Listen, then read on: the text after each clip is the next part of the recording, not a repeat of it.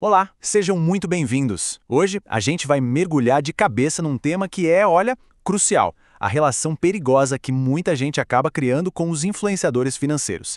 Sabe, existe uma cegueira que é tida como a mais perigosa de todas, e é exatamente sobre ela que a gente vai conversar agora. É essa cegueira aí que transforma uma pessoa super sensata num verdadeiro cordeirinho do mercado financeiro. Aquele tipo que segue o finfluencer favorito como quem segue um pastor carismático no meio de um deserto de incerteza, sabe? Então, o nosso papo hoje é sobre isso. Como o afeto, a autoridade que é fabricada e a manipulação bem disfarçadinha criam aquela ilusão perfeita que, no fim das contas, alimenta as piores decisões financeiras. Então vamos lá, vamos falar sobre essa figura central. É muito comum a gente perceber a existência daquele investidor que se diz bem informado, que fala bonito, que usa palavras chiques como hedge, beta, duration, mas que no fundo toma a decisão como quem escolhe sobremesa. Vai naquilo que parece mais gostoso. Pois bem, esse é o típico investidor que se agarra no fim influencer da vez. Essa pessoa se agarra àquele influenciador que se veste bem, que fala com uma baita autoridade, grava vídeos com iluminação de youtuber profissional e, claro, promete a oportunidade da vida. E como é que resiste a isso? Afinal, o influencer é super convincente. Ele é tipo o equivalente financeiro do influencer fitness, sabe? Aquele papo de, olha só, eu consegui, então você também consegue. É só fazer o que eu mando. Só que tem um detalhe. No mercado, os músculos são invisíveis e o colágeno, na verdade, é a reserva financeira de alguém evaporando. E o investidor médio acredita. Ele vai lá, concentra os investimentos, abandona a diversificação, ignora os riscos e aí, quando dá tudo errado, e quase sempre dá, né? Vem aquela frase clássica: "Ah, mas se não fosse a crise, a política, o câmbio, Mercúrio com ascendência em Áries, nossa, teria dado certo." Claro, a negação é o primeiro estágio da falência emocional.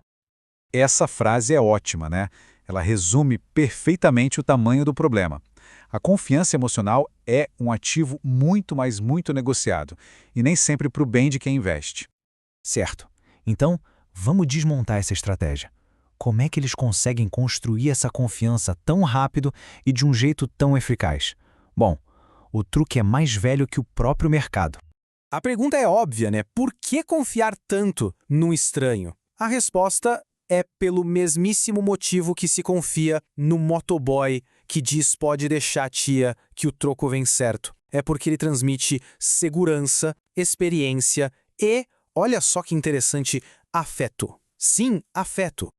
O truque todo é fazer o influencer parecer um amigo. Ele se expõe, ele compartilha vitórias e de vez em quando umas derrotas bem controladas. Isso cria a sensação de que ele quer o bem dos seguidores, que passam a acreditar piamente nele. Só que o objetivo é outro: é like, é view, é monetização. Quanto mais ele parece se preocupar com o público, mais forte fica esse vínculo que mistura autoridade com afeto. É que quando alguém se expõe, parece humano, compartilha histórias, o tal do vínculo afetivo se forma. O seguidor começa a ver aquela pessoa como alguém que quer o seu bem, que sabe mais e que, gentilmente, está ali compartilhando esse saber. Só que, não. O ponto crucial é este: ele compartilha o que rende. E geralmente o que rende para ele.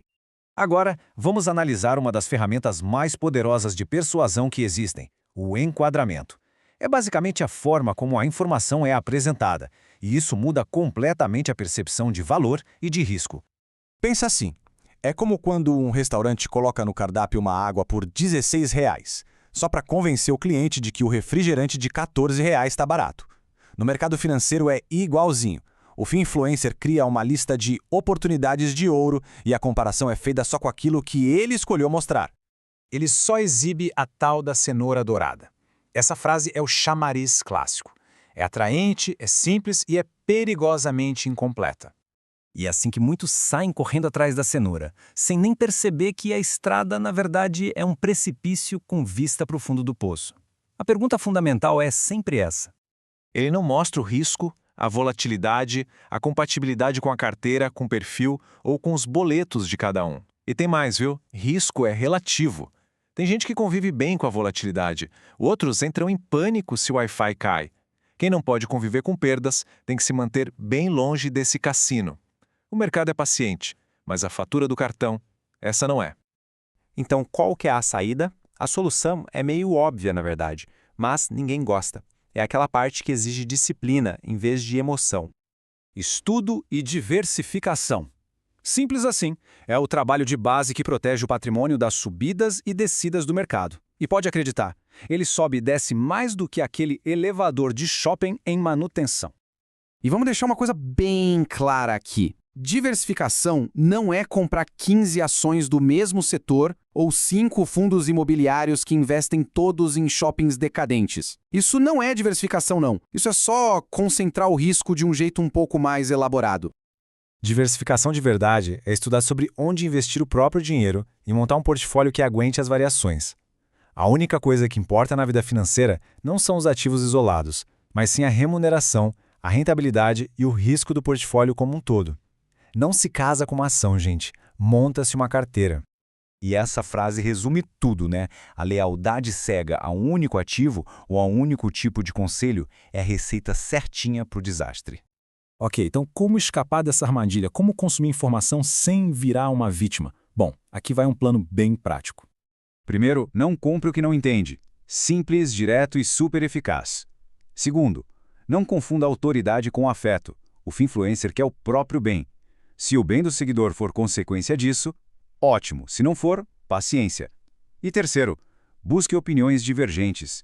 Leia análises contrárias, compare, pondere. E para quem não consegue fazer isso, talvez seja melhor colocar o dinheiro no CDI e parar de bancar o rebelde financeiro. E essa é a verdade fundamental. O segredo é confiar desconfiando. É preciso ouvir as dicas, mas analisar, respeitar quem sabe mais, mas não aceitar tudo sem um filtro. A inspiração é válida, claro, mas a responsabilidade, essa nunca deve ser terceirizada. O dinheiro é cego. Ele não vê risco, não vê oportunidade, não vê manipulação. Quem precisa enxergar é a pessoa que investe. O mercado financeiro é um espetáculo. Uns sobem no palco com luz e promessas. Outros aplaudem, super emocionados. Mas lá no fundo, quem ganha de verdade é o investidor que consegue ver além do show. Então, da próxima vez que alguém falar essa é a oportunidade da sua vida, vale a pena respirar fundo, sorrir e pensar, talvez, mas só se a vida for curta, o juízo for pouco e a carteira for rasa.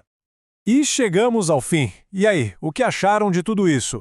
Alguém já caiu na armadilha do afeto financeiro? Deixa um comentário aqui, a gente quer saber a sua história. E não se esqueça de se inscrever para receber mais análises diretas como esta.